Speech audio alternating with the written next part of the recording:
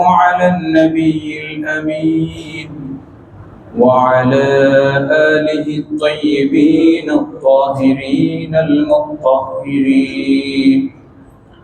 وعلى أصحابه المقربين وعلى من تبعهم إلى يوم الدين. أما بعد فقد قال الله تبارك وتعالى في كلامه المجيد: أعوذ بالله من الشيطان الرجيم. بسم الله الرحمن الرحيم. والذين تبوأوا الدار والإيمان من قبلهم يحبون من هاجر إليهم ولا يجدون في صدورهم حاجة إن الله وملائكته يصلون على النبي يا أيها الذين آمنوا صلوا عليه وسلموا تسليما. اللهم صل على مولانا محمد وعلى آله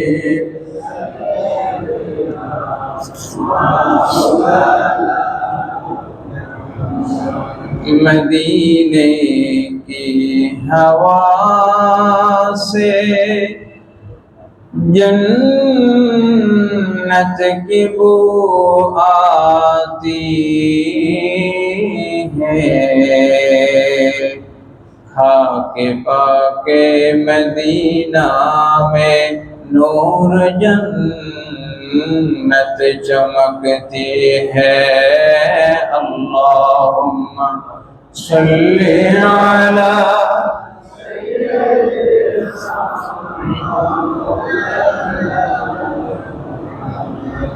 वअला आलि सय्यिदिना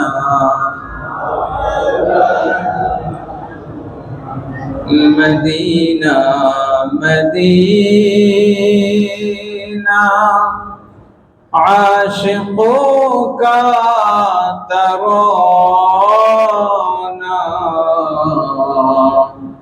Medina Medina मोमिनों का तमन्ना।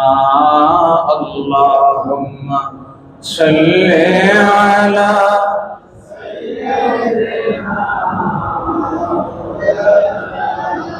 मुहम्मद वअला आलि सय्यिदिना। ला इलाहा इल्लल्लाह ला इलाहा इल्लल्लाह ला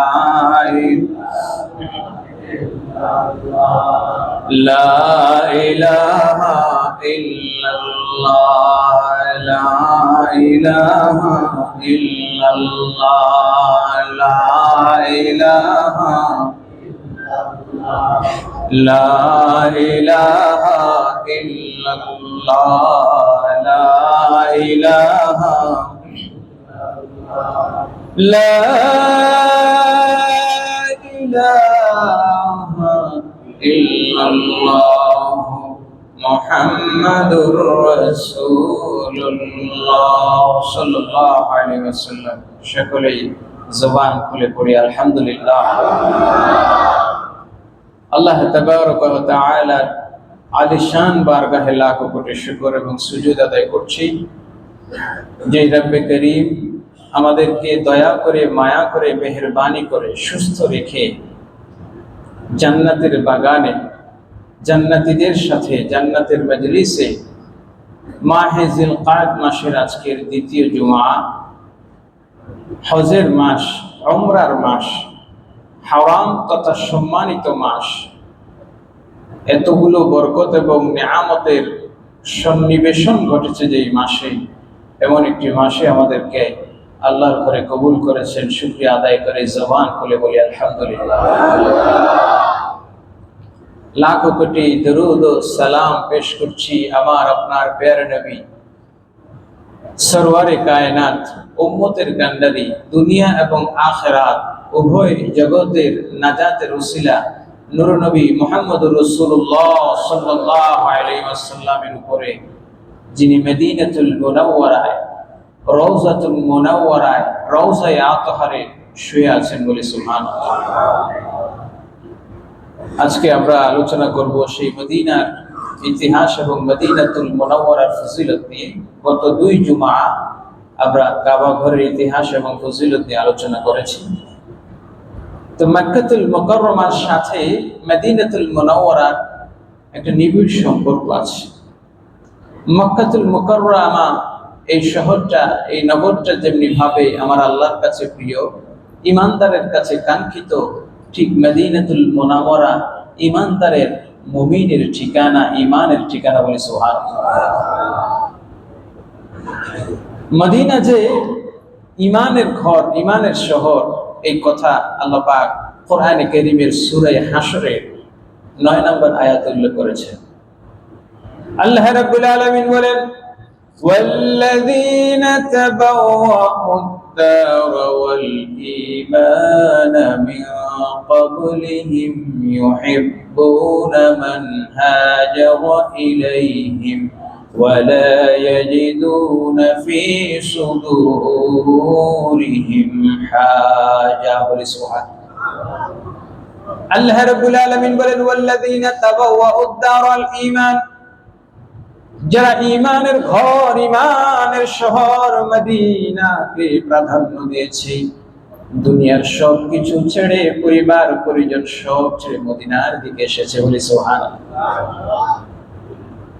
আল্লাহর নবী সাল্লাল্লাহু আলাইহি ওয়াসাল্লাম মক্কা থেকে যখন মদিনায় গেলেন, নবীজি সাল্লাল্লাহু তাআলা আলাইহি ওয়াসাল্লামের একজন সাহাবী ছিলেন হযরত জুনদুব রাদিয়াল্লাহু তাআলা। তিনি আল্লাহ রাসূল যেখানে চলে গেছেন, আল্লাহ রাসূল যেখানে মদিনায় না, মক্কায় নাই, তিনি বললেন এই মক্কায় আমি আর থাকবো না। সুবহানাল্লাহ। মক্কায় আল্লাহর ঘর ঠিক আছে। দেখেন, যখন আল্লাহ রাসূল সাল্লাল্লাহু আলাইহি ওয়াসাল্লাম মক্কা থেকে মদিনায় চলে যাবেন বা চলে গেলেন, আমরা অনেকেই জানি যে মক্কা থেকে মুসলমানরা মদিনায় হিজরত করেছে শুধুমাত্র কাফেরদের নির্যাতনের জন্য। আমরা এটাই তো জানি, ঠিক কিনা বলেন?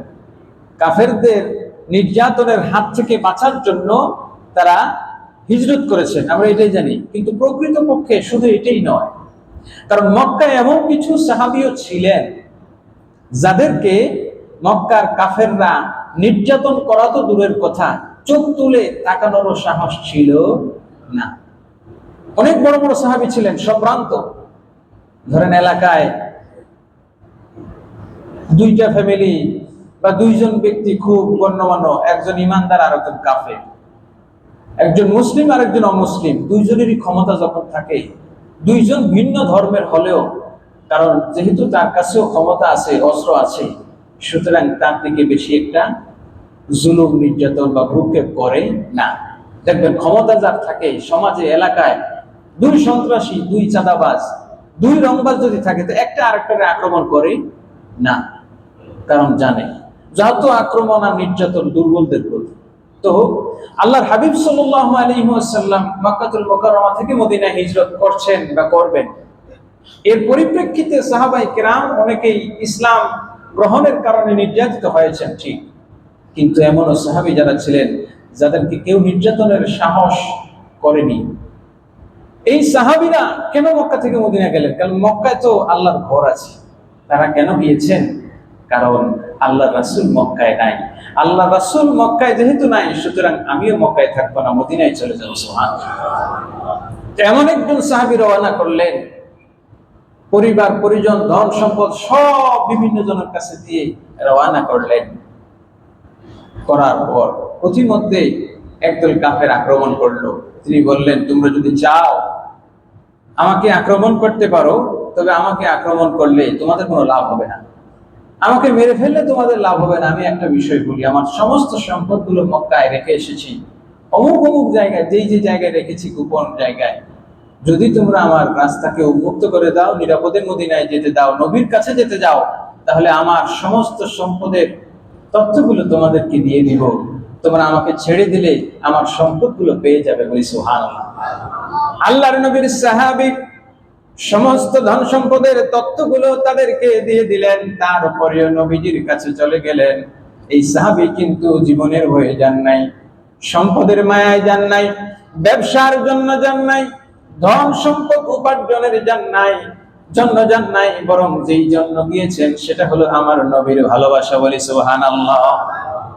কারণ মদিনাকে আল্লাহ রাসূল সাল্লাল্লাহু তাআলা আলাইহি ওয়াসাল্লাম ঈমানের শহর, নিরাপদের শহর ঘোষণা করেছেন। আল্লাহ বলেছেন, আল্লাযীনা তাবাওয়াউদ দারাল ঈমান, দারুল ঈমান, ঈমানের ঘর সেটি মদিনাতুল মুনাওয়ারা। কিয়ামতের পূর্বে আল্লাহ রাসূল ভবিষ্যৎবাণী করে দিয়েছেন, কিয়ামত পূর্বে বাদা আল ইসলামু গরীবা ওয়া সায়াউদু কামা বাদা। ইসলাম যেভাবে গরীবী হালতে এই পৃথিবীতে আগমন করেছে, ইসলাম পৃথিবীতে যেভাবে অসহায়ের মতো এসেছে, 30 জন, 40 জন, 313 জন, 1000 জন মুসলমান, এই কম সংখ্যক লোক যেভাবে ধীরে ধীরে বেড়েছে, ঠিক কিয়ামতের পূর্বে এমন হবে সারা বিশ্ব থেকে মুসলমানের সংখ্যা কমে যাবে। আচ্ছা, আপনারা বলেন তো, পৃথিবীতে এখন মুসলমানের সংখ্যা কম না বেশি? সংখ্যায় বেশি, মুসলমানদের সংখ্যায় বেশি, যে ঈমানের সংখ্যায়। আপনি গিয়ে দেখেন বিভিন্ন বড় বড় রাষ্ট্র, বাংলাদেশে তো আলহামদুলিল্লাহ আমরা আছি, কিছু হইলেও ঈমানের জোর, রাসূলের মহব্বত আমাদের মধ্যে আছে, আছে নাকি নেই? বহু মানুষ আছে যারা নিজেদের নামের আগে মুহাম্মদটা পর্যন্ত রাখতে চায় না। আমার দেশেই বহু লোক আছে, পাসপোর্ট করতে গিয়ে মুহাম্মদটা রাখতে চায় না, আছে না? কারণ কানাডা যাওয়া যাবে না, মুহাম্মদ যদি পাসপোর্টে থাকে তবে অস্ট্রেলিয়ার ভিসা দিতে চায় না, আছে নাকি নেই? কথা বলেন না কেন, আছে নাকি নেই? হাজরিন, এখানে আপনার একটা ঈমানের পরীক্ষা। কিন্তু আপনি বলতে পারেন যে মুহাম্মদ নামের আগে থাকলেই কি এমডি দ্বারা মুহাম্মদও বুঝায়, আবার মোহন দাসও বুঝায়, বুঝেন নাই কথা? কিন্তু এখানে একটা ঈমানের বিষয়, যে ঈমানদার সে কখনো নামের আগের মুহাম্মদ সে ঝেড়ে দিতে পারে? ঈমানের প্রশ্ন কেমনে? হুদায়বিয়ার সন্ধি যখন হবে, হুদায়বিয়ার সন্ধির সময় আমর ইবনে সোহাইল ইবনে আমরের সাথে চুক্তি লেখা হচ্ছে। চুক্তি লেখার সময় তো আল্লাহর হাবিব সাল্লাল্লাহু আলাইহি ওয়াসাল্লাম আলীকে বললেন, আলী লেখো, মিন মুহাম্মদ ইবনে আব্দুল্লাহ নবিয়্যিল্লাহ ইলা আহলি কুরাইশ আহলি বাইতিল্লাহ, অর্থাৎ আল্লাহর ঘরের মক্কার কুরাইশদের সাথে মুহাম্মদুর রাসূলুল্লাহর সাথে এই চুক্তিপত্র। বলেন না সুবহানাল্লাহ। তো সোহাইল ইবনে আমর বলল, এই চুক্তিপত্রের প্রথমে একটা ভুল আছে।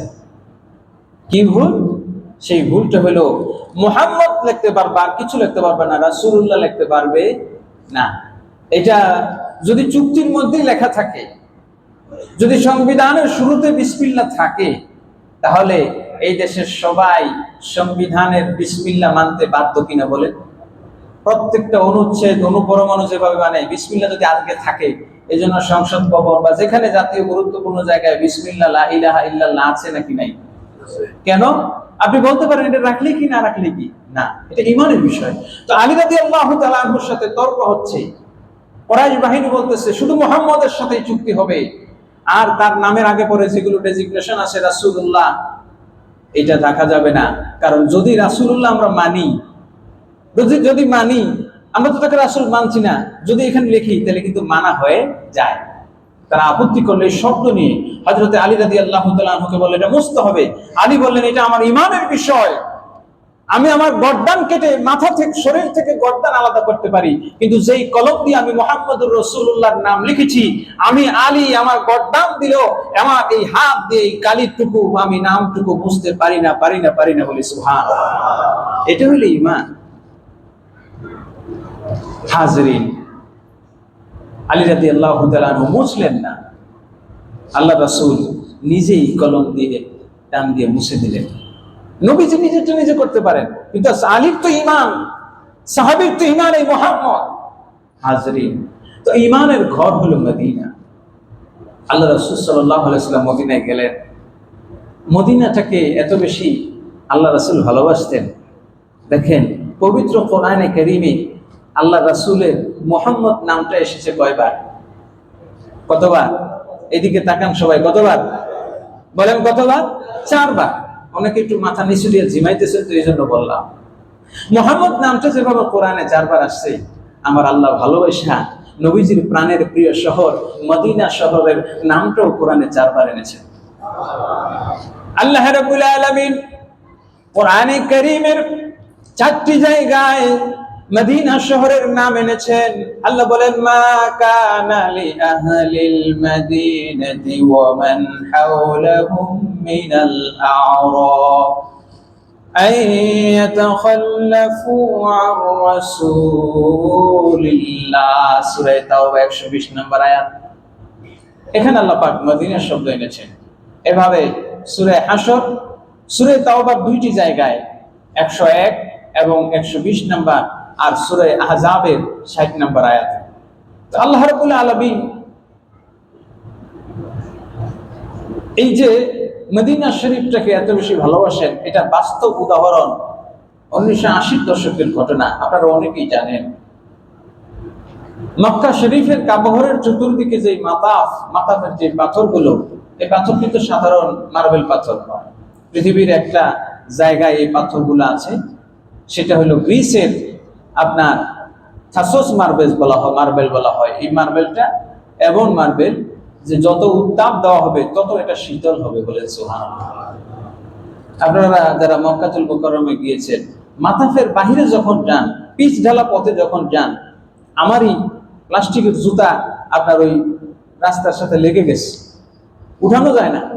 কিন্তু মাতাফে আমরা খালি পায়ে তাওয়াফ করি, একটু গরম লাগে। এই পাথরটা আল্লাহ পাক রব্বুল আলামিন ব্যবস্থা করে দিলেন। কিং ফাহাদের আমলে তিনি বললেন যে এই পাথর, এমন একটা পাথর দিতে হবে, এমন একটা টাইলস দিতে হবে যাতে মুসল্লিদের, তাওয়াফকারীদের কষ্ট না হয়। দেওয়া হলো,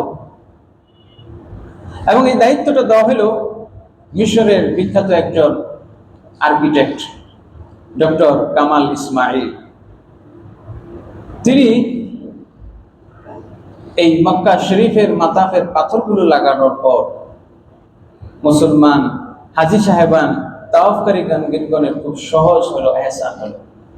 এর 15-20 বছর পর আবার তার ডাক পড়লো, কি এবার মক্কায় যেইভাবে মাতাফের মধ্যে পাথর দিয়েছেন, মদিনা শহরেও আপনি পাথর দিতে হবে। সুবহানাল্লাহ, আরো জোরে বলেন। এখানে একটা বিষয় আপনাদেরকে বলি, মদিনা শরীফের, রওজা শরীফের আশেপাশে, মদিনা শরীফ অনেক দূর থেকে সুউচ্চ বিল্ডিং আছে, কিন্তু রওজা শরীফের সবুজ গম্বুজ, রিয়াদুল জান্নাহ, আহলে সুফার, এই জায়গাটুকু দিয়া আশেপাশে এই দিক দিয়ে কিন্তু উপরে কোনো জায়গা, উপরে আপনার 2 তলা 3 তলা 4 তলা 5 তলা এরকম নাই, খোলা চত্বর। আল্লাহ রাসূল সাল্লাল্লাহু তাআলা আলাইহি ওয়াসাল্লামের সবুজ গম্বুজ রওজায়ে আতহার, এর চতুর্দিকে খোলা চত্বর। রাসূলের রওজায়, আল্লাহ রাসূলের ভালোবাসায় মানুষজন জিয়ারত করতে আসে, এই জায়গায় ওই পাথর দিতে হবে। কিং ফাহাদের পক্ষ থেকে সেই ইঞ্জিনিয়ারকে ডাকা হলো, আপনি ব্যবস্থা করেন। তিনি বললেন, সারা পৃথিবী খুঁজে এক জায়গায় পেয়েছি, আর ওই জায়গায় যা ছিল এত বছর আগে একেবারেই কিনে নিয়ে আসছি, মোটামুটি 50-60 বা 70% নিয়ে আসছি। পাথর আর থাকার কথা নয়, এতদিন এগুলো কই চলে গেছে। আবার চলে গেলেন সেই জায়গায়, খবর নিলেন সেই পাহাড়ে, সেই খনিতে এই পাথর, যেখানে মার্বেল পাথর ছিল, গিয়ে বলে আর এক টুকরো নাই, সব বিক্রি করে ফেলছে, সম্ভাবনা নাই ফিরবেন। তিনি অন্তত একটু আশা নিয়ে তাদের কাছে বললেন, আমাকে এই পাথরগুলো পরে কোথায় বিক্রি করছেন একটু তথ্য অন্তত দেন, পরের দিন চলে আসবেন। এই লম্বা ঘটনা আপনারা অনেকেই জানেন। অলৌকিক ভাবে তিনি সকালবেলা একটা চিঠি পেলেন যে হ্যাঁ, অমুক জায়গায় আমরা এই পাথরগুলো বিক্রি করেছি অমুক কোম্পানির কাছে। সেটা হলো সৌদি আরবের বিন লাদেন কোম্পানি। বলেন সুবহানাল্লাহ। আল্লাহ রাব্বুল আলামিন তার জন্য সহজ করে দিলেন। তিনি দৌড়ে চলে আসলেন বিমান যোগে, দ্রুত চলে আসেন, এসে বিন লাদেন গ্রুপের কোম্পানিতে খবর নিলেন যে এত বছর আগে আপনারা যে পাথর কিনছিলেন 15-20 বছর আগে, এগুলো কই আছে? তিনি বললেন 1 মাস, 2 মাস, 5 মাস, 1 বছর আগের প্রোডাকশনই গোডাউনে পড়ে থাকে, খবর থাকে না, কোথায় থাকে? আর 15 বছরের আগের এই খবর কই পাবো? তিনি বললেন যেভাবেই হোক এই পাথরগুলো আমার লাগবে। তখন তিনি যখন বললেন এই পাথরগুলো এমন একটা জায়গায় লাগাবো যেই জায়গাটা মক্কাতুল মুকাররমার মতো বরকতের জায়গা। বলেন সুবহানাল্লাহ। পুরো কোম্পানি বিশাল, এটা তো ছোট্টখাটো জিনিস না, বাংলাদেশের ছোট্ট একটা হোটেলের জিনিস না। তো বিশাল কোম্পানি সব জায়গায় সরব হয়ে গেল, মালিক পক্ষ থেকে শুরু হলো খোঁজা, খুঁজতে খুঁজতে বলে যেই জায়গায় যখন যেই দিন এই পাথর চালান গ্রিস থেকে সৌদি আরবে আসছে, যেই গোডাউনে আসছে, ওই গোডাউনে যেভাবে আসছে, যেই প্যাকেটে যেভাবে আসছে, প্রত্যেকটা পাথর সেভাবেই আছে। বলি সুবহানাল্লাহ। এবার খুশি হয়ে গেলেন। বাদশার পক্ষ থেকে কোম্পানির বিন লাদেন গ্রুপে প্রস্তাব পাঠানো হলো, যত টাকা লাগে দেব, তুমি এই পাথরগুলো আমাদেরকে দাও। মালিক বলল যে এই পাথর আল্লাহ রাব্বুল আলামিন আমাকে দিয়ে কিনিয়েছেন, এতটি বছর সংরক্ষিত রেখেছেন, শুধু রাসূলের জন্য এই পাথরের কোনো বিনিময় আমি নিতে পারি? সুবহানাল্লাহ বলবেন না? আমার আল্লাহ রাব্বুল আলামিন নিজ ঘরের পাশে যেই পাথরগুলো দিলেন, নবী রওজার পাশে দিয়ে সেই পাথরগুলো দিলেন। আল্লাহ রাব্বুল আলামিন মক্কাতুল মুকাররমাকে যেভাবে হারাম ঘোষণা করেছেন ইব্রাহিম, আল্লাহর নবী সাল্লাল্লাহু আলাইহি ওয়াসাল্লাম আল্লাহর কাছে দোয়া করেছেন, আল্লাহুম্মা ইন্না ইব্রাহিম দাআকা লিমাক্কা। ও আল্লাহ, ইব্রাহিম আলাইহিস সালাম মক্কার জন্য দোয়া করেছেন, রব্বি জাআল হাযা বালাদান আমিনা ওয়ারযুক আহলাহু। রব্বু, আপনি এই শহরটাকে বালাদাল আমিন বানায়া দেন, নিরাপদ শহর বানায়া দেন। ইব্রাহিম যেভাবে খলিলুল্লাহ, আমি আপনার হাবিবুল্লাহ, ইব্রাহিমের দোয়ায় আপনার মক্কা শহরকে আপনি নিরাপদ শহর ঘোষণা করেছেন, মক্কায় যেভাবে বরকত দিয়েছেন, আমি নবী হাবিবুল্লাহ আপনার কাছে দোয়া করি মদিনায় সেভাবে দান করে। আল্লাহর হাবিব সাল্লাল্লাহু তাআলা আলাইহি ওয়াসাল্লাম মদিনা শহরটাকে কত বেশি ভালোবাসতেন, মদিনার ধুলিবালিকে কত বেশি ভালোবাসতেন। নবীজি যখন বাহির থেকে মদিনায় প্রবেশ করতেন, তো আগের যুগে ঘোড়া, গাধা বা উট, এই বাহনগুলো যখন দৌড়ে যেত মরুভূমির মধ্যে, টুকটাক ধুলিবালি উঠতো, ঠিক কিনা বলেন? রাস্তাঘাটে এখন আপনার গাড়ি গেলে যেখানে একটু গর্ত থাকে, পানি জমে থাকে, আমরা গাড়ি গেলে আমরা একটু কাপড়টা সরায় নেই না, যাতে গাড়ির চাকার কারণে কাদা, পানি বা ধুলিবালি আমার গায়ে না আসে। বা যখন শীতের দিন হয়, সারা রাস্তায় তো ধুলিবালি থাকে। এখন বর্ষার দিন হলো পানির টেনশন, যে আপনার পোশাকে কাদা লাগে কিনা, আর শুকনার দিন হলে ধুলিবালির টেনশন, নাকি কাপড় দিই।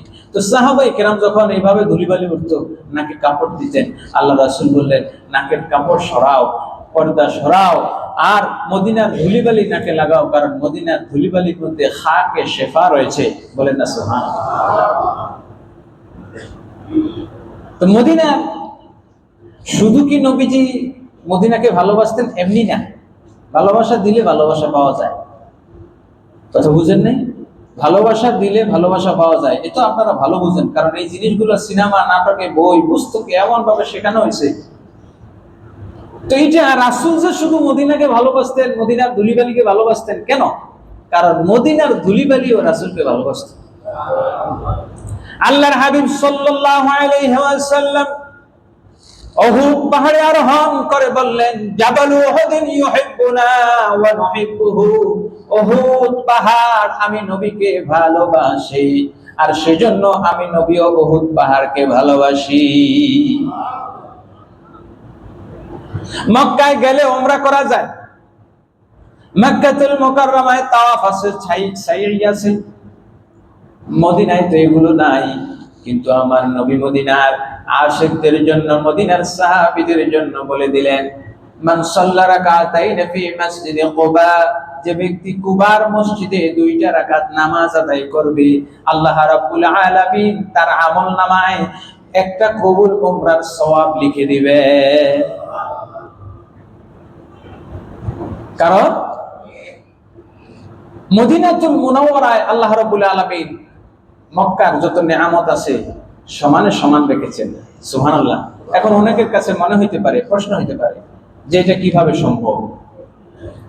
মদিনার শুধুমাত্র পাথর পাহাড় ধুলিবালি নয়, মদিনার ফলগুলো রাসূলকে ভালোবাসতো। হাদিস শরীফে আসছে মদিনায় যখন গাছে কোনো নতুন ফল আসতো আগে সাহাবায়ে কেরাম নবীজির কাছে নিয়ে আসতেন। সুবহানাল্লাহ। আল্লাহ রাসূল এত দোয়া করতেন ওই ফল এগুলোর জন্য।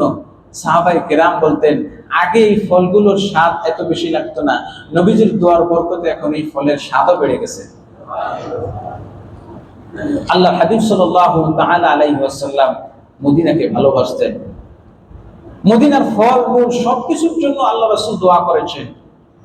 আল্লাহ তাবারক ওয়া তাআলা এই কারণে মক্কাতুল মুকাররমার বরকত মদিনায় দিয়েছেন, কারণ নবীজি মক্কায় ছিলেন জীবনের গুরুত্বপূর্ণ একটা সময়, 53 বছর ছিলেন। মদিনায় ছিলেন মাত্র 10 বছর। মক্কায় যেভাবে মক্কার ধুলিবালি পাথর কণাগুলো নবীজির সোহবত পেয়েছে, মদিনায় সময়টা একটু কম পেয়েছে, পেলেও মদিনার মাটি, মদিনার ধুলিবালি, মদিনার গাছপালা, মদিনার পাথর, মদিনার সব কিছু, এমনকি মদিনার মানুষগুলো, মদিনার ওট ভেড়া দুম্বা ছাগল প্রাণীগুলো পর্যন্ত রাসূলকে এত ভালোবেসেছে। আল্লাহ রাসূল সাল্লাল্লাহু আলাইহি ওয়াসাল্লাম বলেছেন মাআহুম মাবদিই ওয়া হাশরি, শোনো মক্কায় আমার জন্ম হলেও মদিনায় আমার ওফাত। বলেন সুবহানাল্লাহ। মক্কায় আমার জন্ম হলেও মদিনায় আমার ওফাত। মক্কায় 53 বছর থাকলেও মদিনায় আমি কিয়ামত পর্যন্ত থাকবো। বলি সুবহানাল্লাহ। বলছিলাম মদিনার মর্যাদা সম্মান অনেকের কাছে আমরা অনেকেই হয়তো বা বুঝি না, কিন্তু এখানে একটা বিষয় গভীরভাবে অনুধাবনের, যে মক্কা কাবা ঘর এক্সেপশনাল। কাবা ঘর ছাড়া মক্কা শহরের চাইতে মদিনা শহরের দাম বেশি। সুবহানাল্লাহ। এটা কিভাবে? এটা আমার নিজের ব্যক্তিগত কথা নয়। আল্লাহ নবী সাল্লাল্লাহু তাআলা আলাইহি ওয়াসাল্লামের প্রিয় একজন সাহাবী হযরত রাফি' ইবনে খাদিজ, তিনি একবার মক্কায় ছিলেন। মক্কার গভর্নর মারওয়ান ইবনুল হাকাম মসজিদে হেরেম শরীফে আপনার মিম্বরের মধ্যে বসে মক্কার ফজিলত নিয়ে অনেকক্ষণ বয়ান করলো, যে তোমরা মক্কার সম্মান করবা, মক্কা এই রিজন দ্যাট। বলার পর খুতবা শেষ, ভাষণ শেষ, শুধু মক্কার ফজিলত বলে শেষ করলেন। আল্লাহর নবীর সাহাবী হযরত রাফি' ইবনে খাদিজ রাদিয়াল্লাহু তাআলা আনহু, আমির সুলতান রাষ্ট্রপ্রধান তার সামনে দাঁড়িয়ে গেলেন। এবার দাঁড়িয়ে বললেন, শোনো শোনো, তুমি যে এতক্ষণ বলেছো মক্কার ফজিলত সম্পর্কে, মক্কার ফজিলত বলেই তুমি শেষ করেছো, আর মদিনার কথা বলো নাই। শোনো তোমাকে আমি বলছি, আল মাদিনাতু আফদালু মিন মক্কা, মদিনা শহরটা মক্কা শহরের চাইতে উত্তম।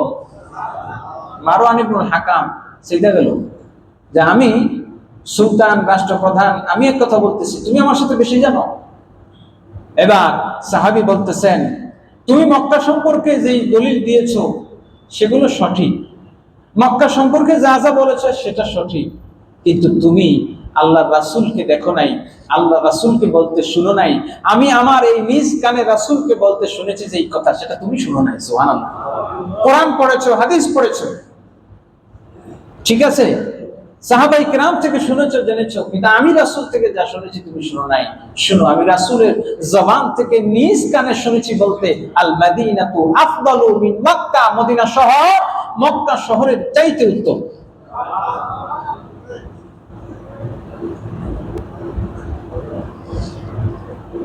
আল্লাহ নবী সাল্লাল্লাহু আলাইহি ওয়াসাল্লাম কেন বললেন? কারণ যে কথাটা কোরআনে কারীমের মধ্যে আল্লাহ বলছেন,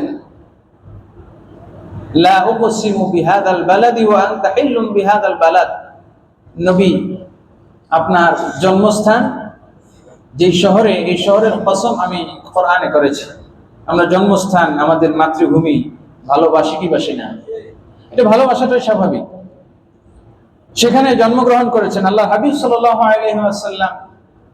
যখন হুনাইনের যুদ্ধ হলো, সংক্ষেপে বলছি, হুনাইনের যুদ্ধের পরে এই যুদ্ধে মুসলমানরা আল্লাহ রাসূলের হায়াতে যতগুলো যুদ্ধ করেছেন, 23টি বা 28টি যুদ্ধ করেছেন, সবচেয়ে বেশি সম্পদ গনিমত লাভ করেছেন হুনাইনের যুদ্ধে। কোন যুদ্ধে বলে? হুনাইনের যুদ্ধে। এবং এত বেশি সম্পদ লাভ করছেন আল্লাহ রাসূল সাল্লাল্লাহু আলাইহি ওয়াসাল্লাম, এই সমস্ত সম্পদগুলো আল্লাহ রাসূল মক্কার আশেপাশের লোকজনকে দিয়ে দিতে লাগলেন। দিতে দিতে এক পর্যায়ে মদিনার লোকদের মধ্যে একটা আশঙ্কা হলো, নবীজি যেভাবে মক্কার বাসীদেরকে দিতেছে, আমাদের মনে হয় নবীজি মক্কাবাসীকে ভালোবাসে বেশি, কারণ এটা তো জন্মস্থান। কি বলেন? আমরা বিদেশে গেলে, বাহিরে অনেকেই থাকেন, বিদেশের আপনার আমেরিকা, সুইডেন, জাপান, অস্ট্রেলিয়া থাকেন না আপনারা? আপনাদের আত্মীয় স্বজন থাকে, ওই দেশ থেকে বস্তা বস্তা কারিগরি টাকা কামায় ওই দেশেই রাখে না, নিজ দেশে নিয়ে আসে। কথা বলেন? নিজ দেশে নিয়ে আসে, এটাই হলো বুদ্ধিমানের কাজ। আবার কিছু কিছু অতি বুদ্ধিমান প্রাণীও আছে যারা এই দেশের টাকাগুলো নিয়ে বেগম পাড়ায় জমায়। আছে নাকি নাই? কথা বলেন, আছে নাকি নাই? এই মানুষগুলো ওই প্রকৃতির বিরুদ্ধ। আল্লাহ রাসূল সাল্লাল্লাহু আলাইহি ওয়াসাল্লাম যেহেতু নিজের জন্মভূমির মানুষদেরকে বেশি দিতেছেন, সাহাবায়ে কেরাম, মদিনার সাহাবীরা ভালো ভাবতে লাগলেন যে আল্লাহ রাসূল হয়তো তাদেরকে বেশি ভালোবাসেন, সব দিয়ে দিচ্ছেন। একটু কানাঘুষা হচ্ছে। আল্লাহর হাবিব সাল্লাল্লাহু আলাইহি ওয়াসাল্লাম দাঁড়িয়ে গেলেন। আল্লাহর হাবিব ভাষণ দিলেন, শোনো ও আমার সাহাবীরা, মদিনার আনসার সাহাবীরা, শোনো শোনো, আমি দুনিয়ার সম্পদ মক্কার লোকগুলোকে দিতেছি কারণ তাদেরকে খুশি করতে চাই। আমি তাদেরকে খুশি করতে চাই দুনিয়ার সম্পদ দিয়ে, আমি তাদেরকে খুশি করতে চাই। এখানে একটা বিষয় আছে, আপনি যদি কাউরে দেন, দিয়ে খুশি করেন, আপনি একজনের দেন খালি খুশি করতেছেন, তার প্রতি ভালোবাসা, আর যে আপনারা সবসময় দেয়, যে আপনারা সবসময় ভালোবাসা দেয়, যে আপনারা সবসময় খাওয়ায়, যে আপনারা ভালোবাসে, তার প্রতি আপনার ভালোবাসা কম না বেশি? যারা আপনি দেন তার সাথে যে আপনারে ভালোবাসা দেয়, তার প্রতি আপনার ভালোবাসা কি বেশি না কম? বেশি। আল্লাহ রাসূল বলেন, শোনো, আমি তো তাদেরকে দেই, তার মানে দেওয়ার নাম ভালোবাসা না, বরং তোমরা যে আমাকে ভালোবাসছো এটাই তার প্রমাণ আমি তোমাদেরকে বেশি ভালোবাসি। শোনো, মক্কায় আমি আমার জীবনের 53 বছর কাটিয়েছি, আর আমার গোটা জিন্দেগির বাকি জীবন, কিয়ামত, হাসর, নসর, মিজান, পুলসিরাত সব তোমাদের মদিনাবাসীদের সাথে বলেন সুবহানাল্লাহ। চিৎকার করে বলি আল্লাহু আকবার। এর চাইতে আর মর্যাদা কি হইতে পারে বেশি? দো জাহানের সরদার মদিনায় ঘুমে আছেন।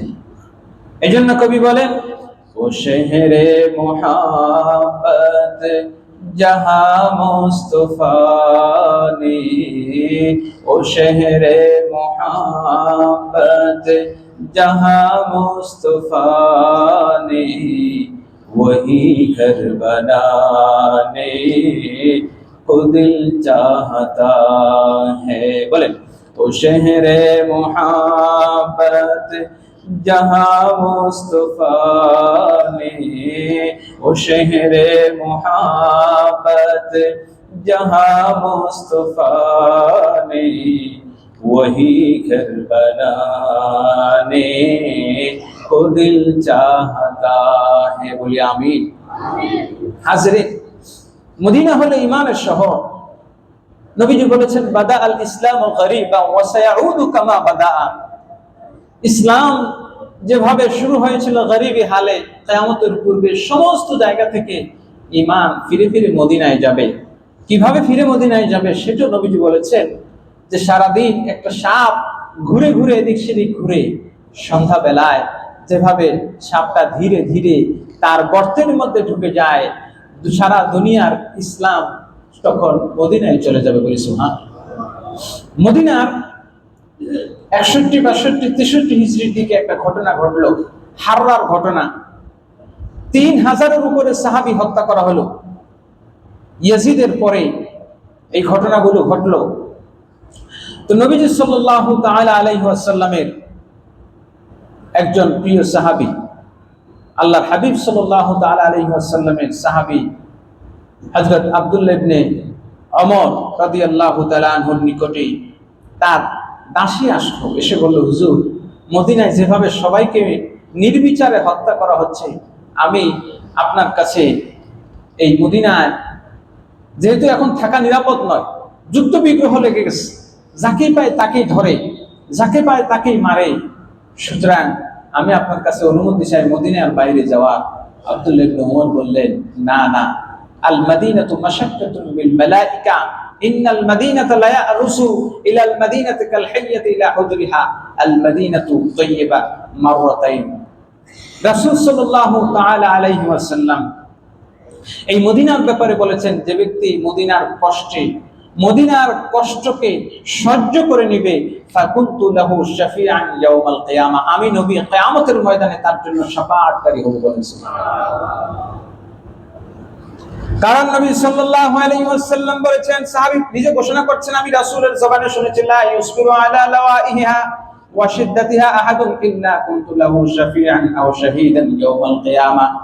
মদিনায় যে ব্যক্তি দুঃখ কষ্ট পেয়েও মদিনার জমিনটাকে আঁকড়ে ধরবে, মদিনায় জমিনে অবস্থান করবে, আমি নবী তার জন্য শাফাআতকারী হব। সুবহানাল্লাহ। কারণ নবীজি অন্য হাদিসে বলেছেন, মদিনায় কোনো মুনাফিক থাকতে পারে না। এক ব্যক্তি আসলো, এসে আল্লাহ রাসূলের হাতে বায়াত গ্রহণ করলো, মদিনার বাহির থেকে আসছে, বায়াত গ্রহণ করার পর 2, 4, 5, 10 দিন, 1 মাস থাকার পর আল্লাহ রাসূলের কাছে এসে বলল যে, আপনার কাছে বায়াত গ্রহণ করেছিলাম, ইসলাম গ্রহণ করেছি, আমি সুখে দুঃখে বিপদে আপদে সবসময় আপনার কাছে থাকবো, আপনাকে ছেড়ে যাব না, তা আমি এই বায়াতটা ফেরত নিতে চাই। কেন? আমি মদিনা থেকে চলে যেতে চাই, মদিনায় আমার কষ্ট হয়ে থাকতে, খাবারের কষ্ট, থাকার কষ্ট আছে না, অনেকে থাকতে চাই না। আল্লাহ রাসূল সাল্লাল্লাহু আলাইহি ওয়াসাল্লাম বললেন, আমি তোমার এই বায়াত ফিরিয়ে দিব না।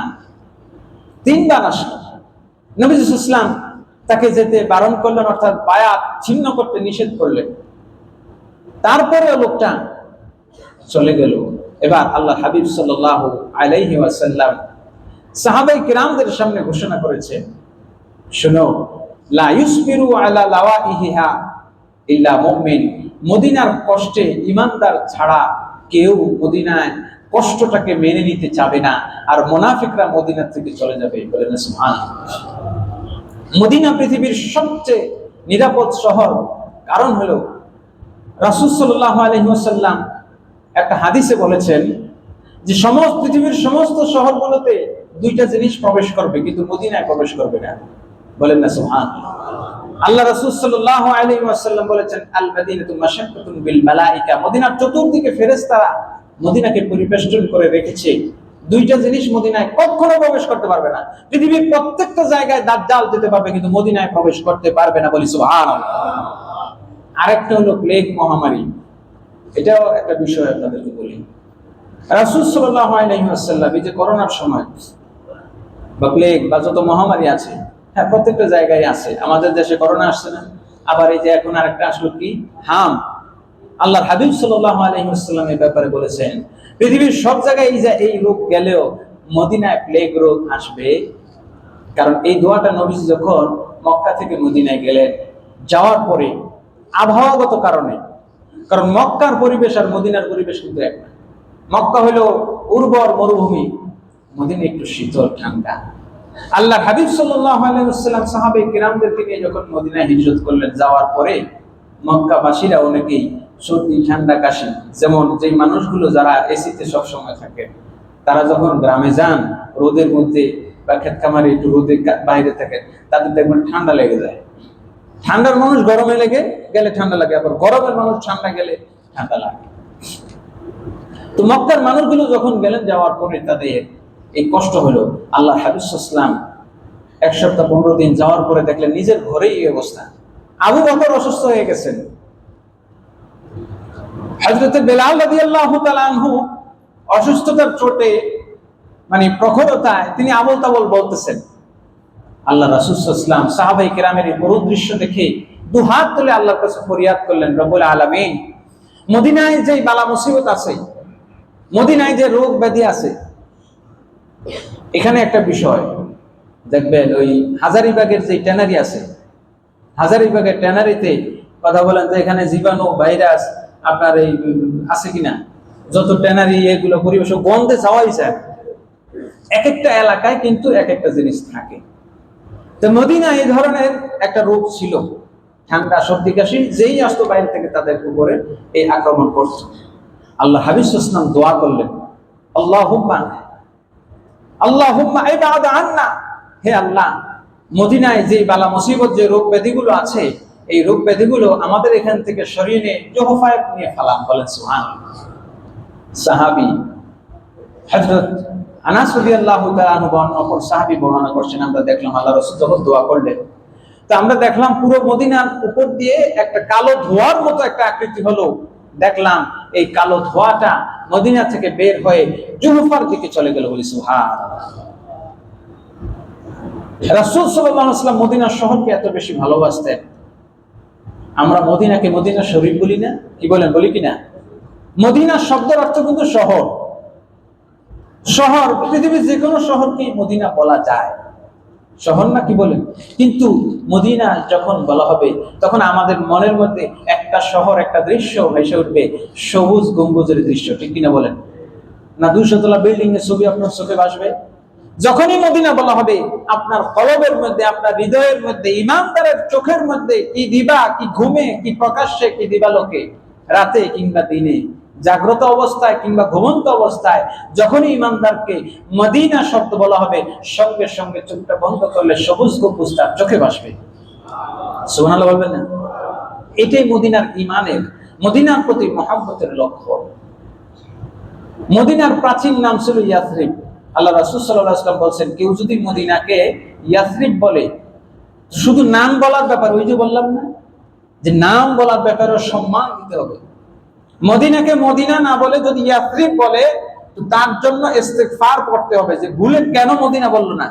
শুধু তাই না, মদিনাকে একবার যদি ইয়াসরিব বলে, তা ইস্তিগফার করে 3 বার মদিনা শব্দ উল্লেখ করতে হবে।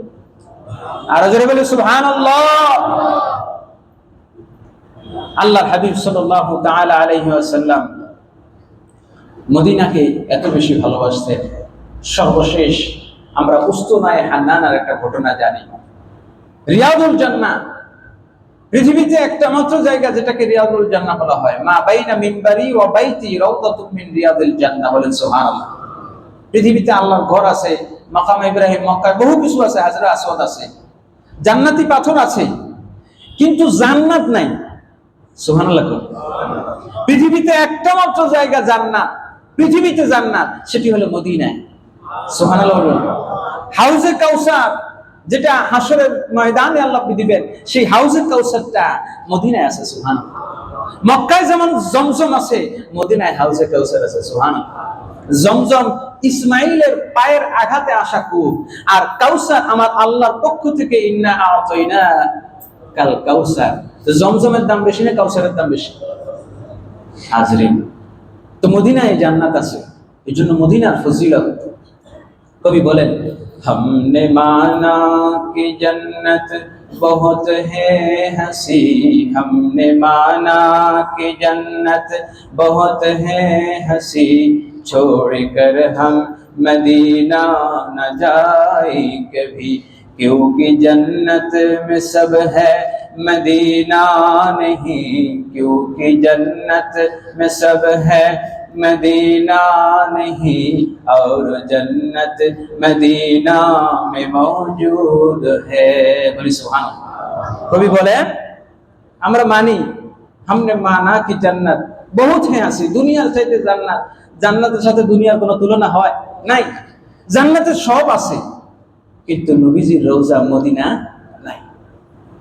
আর জান্নাতের নিয়ামত সবগুলো हमने माना कि जन्नत बहुत है हंसी, क्योंकि छोड़ कर हम मदीना ना जाए कभी, এই মদিনা শহর ছেড়ে আমি কোথাও যাব না, কারণ আমার এই মদিনায় আছে আমার নবী। বলেন সুবহানাল্লাহ।